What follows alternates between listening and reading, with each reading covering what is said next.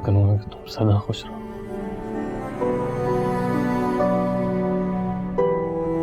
तुम बहुत अच्छे हो परिजान। वो कहते हैं ना, मोहब्बत अंधी होती है। काश हम जिनसे मोहब्बत करते वो भी अंधे होते तो कितना अच्छा होता। हमेशा मेरी दुआ में रहोगी।